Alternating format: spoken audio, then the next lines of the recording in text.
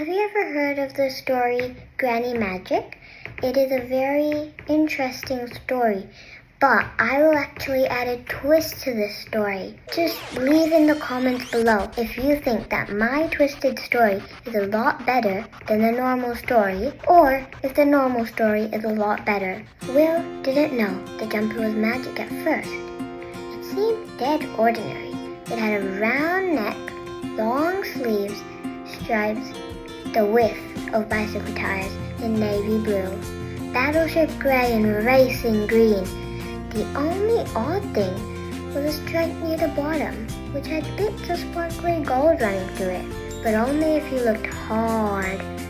Would you like something to help you remember Gran by? Mom asked. You can pick anything you like. They were at Gran's house. All of her cupboard doors were open, and her belongings were heaped in piles. There were flower-covered dresses and flower-covered handbags, flower-covered rain hats. There were teapots shaped like cottages and sugar bowls shaped like cabbages, and plates with pictures of Iron Man on them. And of course, there were great honking hills of knitting. Gran had knitted pincushions, tea cozies, and shawls.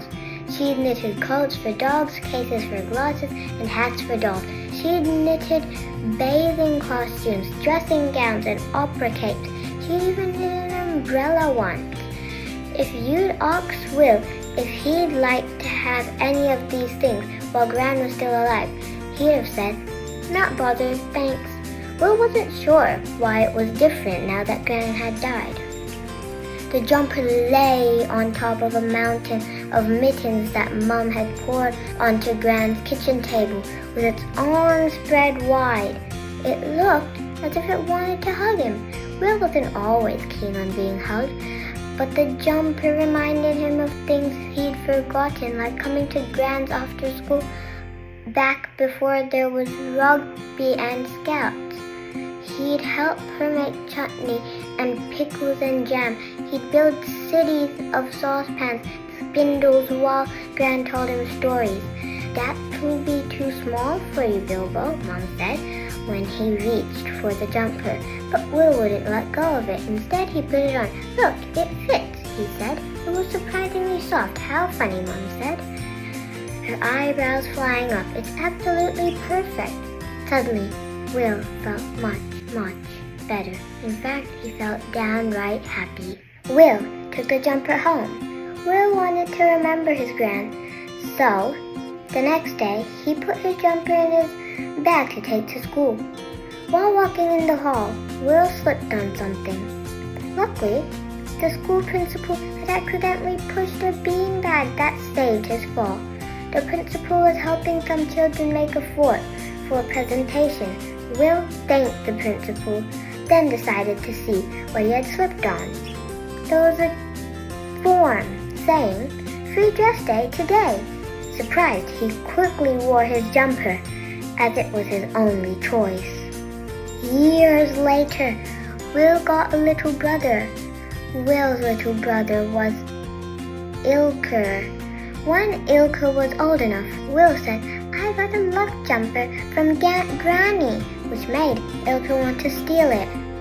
They shared a room, and Ilker's lucky day came when Will went to a school disco. Ilker went through Will's clothes and found the lucky jumper. When Will came home, he couldn't find his jumper anywhere. Ilker teased Will by holding the jumper up high, then down low, again and again. But now the jumper was near Will.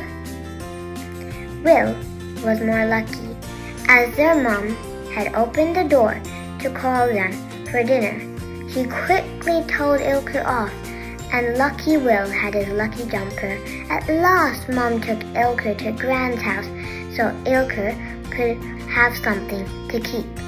Ilker chose a small frog hat. Till this day, Ilker, their mom, and Will don't know if the small frog hat is magical or not. What do you think? I really hoped you loved my story.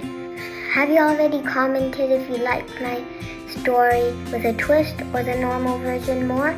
Really hope you like mine because I spent a very long time on it. So, thanks for watching. Don't forget to like and subscribe if you want to see me twist more stories.